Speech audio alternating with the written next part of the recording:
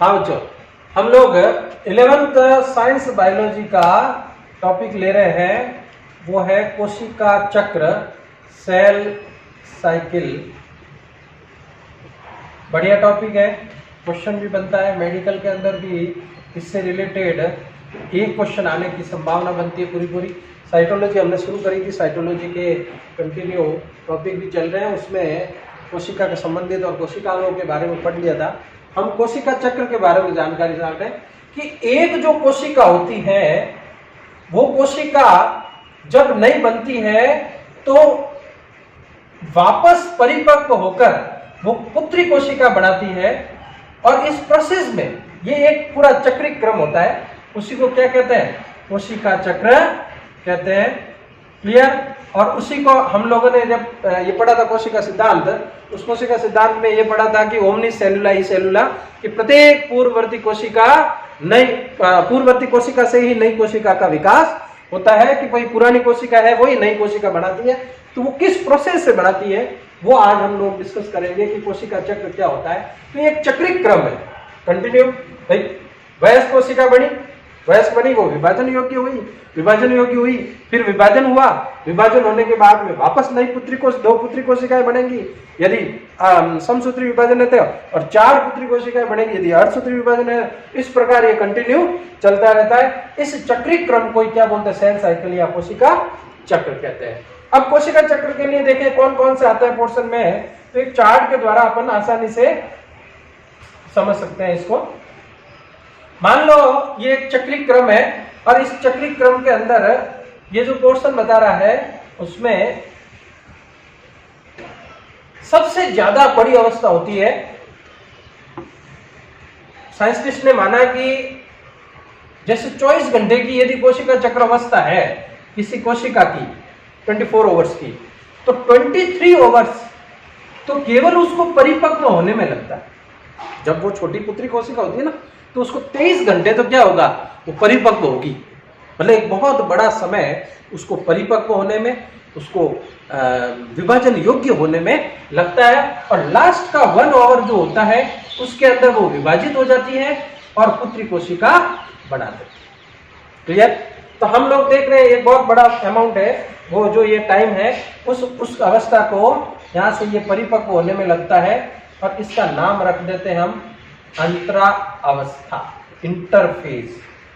अंतरा अवस्था, interphase. Okay, ये यहां तक आ जाती है। क्लियर? किसी को कोई प्रॉब्लम? अब ये अंतरा अवस्था वास्तव में कोशिका चक्र को 2 भागों में बांटा। कितने भागों में बेटा? कोशिका चक्र को 2 भागों में डिवाइड किया है, और वो है एक तो इंटरफेज अंतरावस्था, और सेकंड है एम फेज, जिसको अपन कह सकते हैं विभाजन अवस्था। ये दोनों प्रोसेस चलते हैं सेल साइकिल।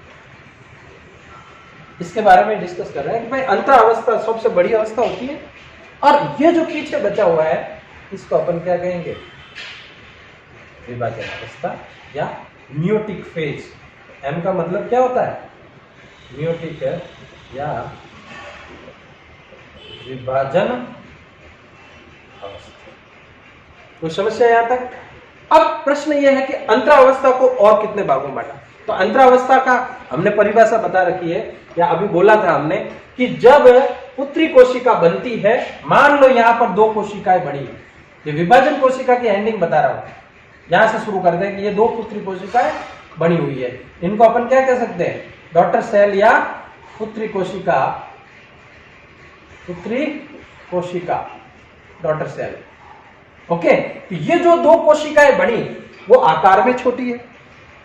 इनमें कोशिका द्रव्य और माइटोकॉन्ड्रिया, ये जो जितने भी कोशिकांग, अंतर्प्रद्रवी, जालिका, गोल्जी कॉयर, इनकी मात्रा कम है। तारकाय है, केंद्रक है, कोशिका, तो इनकी मात्रा भी कम है। तो पहले तो इनको विकसित होना पड़ेगा, वयस्क होना पड़ेगा, और इस वयस्क होने में ये यहां पर तक पहुंचेंगे जब इनमें से भाई दोनों है, 2 बताइए, 2 हो रही है, मान लो समसूत्री विभाजन है तो 2 हो रही है, अर्धसूत्री विभाजन में तो 4 हो रही है, तो इनमें से कोई एक बता सकते हैं अपन कि ये विकसित होकर सर ये हो गई और अब ये विभाजन योग्य हो गई। तो इस टाइम पीरियड में उसके अंदर क्या क्या परिवर्तन हो रहा है, इसके अंदर ये अपन कह सकते हैं इसको वयस्क कोशिका या विभाजन योग्य कोशिका, क्या कह सकते हैं, वयस्क या विभाजन योग्य। तो अब ये विकसित हुई तो इसके अंदर कौन कौन से फेज है वो पढ़ना है, और बढ़िया क्वेश्चन है, कई बार कॉम्पिटिशन में आ चुका है। तो इनको 3 भागों में डिवाइड किया, कितने भागों में, 3 भागों। ध्यान से सुनिएगा, इसको जो वापस डिवाइडेशन किया गया वो 3 भाग हो गए, नंबर 1, नंबर 2 और नंबर 3। इनको क्या बोलते हैं, इनको G1 अवस्था या G1 फेज। ओके, इस प्रावस्था में क्या क्या हो रहा है परिवर्तन वो अपन देखते हैं। फिर आता है दूसरा S फेज या संश्लेषण प्रावस्था, संश्लेषण निर्माण हो रहा है। थर्ड आता है G2 फेज या अपन ये कह सकते हैं वृद्धि प्रावस्था, सेकंड, इसको कह सकते हैं वृद्धि प्रावस्था। कोई समस्या यहां तक? इन सब में क्या क्या हो रहा है, कई बार क्वेश्चन आ चुका है। ये M फेज, तो यहाँ पर एक मेडिकल का क्वेश्चन बनता है, बहुत आता है कि कोशिका चक्र का सही अनुक्रम, ऐसे करके इस क्वेश्चन को निकाल देते हैं। और कैसे लिखते हैं, देखो A B C D M S G1 G2, ऐसे करके क्वेश्चन निकाल देते हैं। G1 G2 M S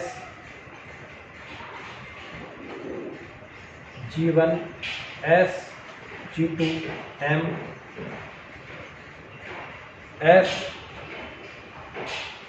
G1 G2 M। आप बता सकते हो इसका आंसर क्या हो सकता है, इस चार्ट को देखकर कौन सा आंसर हो सकता है? देखिए M के बाद S बता रहा है, M है, इसके बाद S बता रहा है, नॉट पॉसिबल, पहले लाइन में क्लियर कट हो जाता है। G1 और G2 को दोनों को एक साथ सीक्वेंस में बताया, सेकंड बी ऑप्शन भी कट हो। G1 के बाद S बताया, फिर G2 बताया, फिर M बताया, दिख रहे हैं? ये क्या लग रहा है, सी ऑप्शन संभावना लग रही है। चलो डी भी चेक कर लेते हैं। S बताया, S पहले बताया, फिर G1 बताया और G2 बताया, ये भी पॉसिबल नहीं। तो इस तरह के क्वेश्चन आते हैं कंपटीशन के अंदर। जब बच्चे को डीप स्टडी है तो वो आंसर दे पाएगा, नहीं तो मुश्किल है। यदि उसने चार्ट ये अच्छे से पढ़ा हुआ है और इंग्लिश पोर्शन में पढ़ा हुआ है, जैसे इंग्लिश में M क्या है ये पढ़ा है, मान लो उसको विभाजन प्रावस्था है और उसको पता नहीं है कि M क्या होता है या संश्लेषण है S क्या होता है, वृद्धि को G और G1 क्या है, तो वो नहीं कर पाएगा, आंसरिंग नहीं कर पाएगा।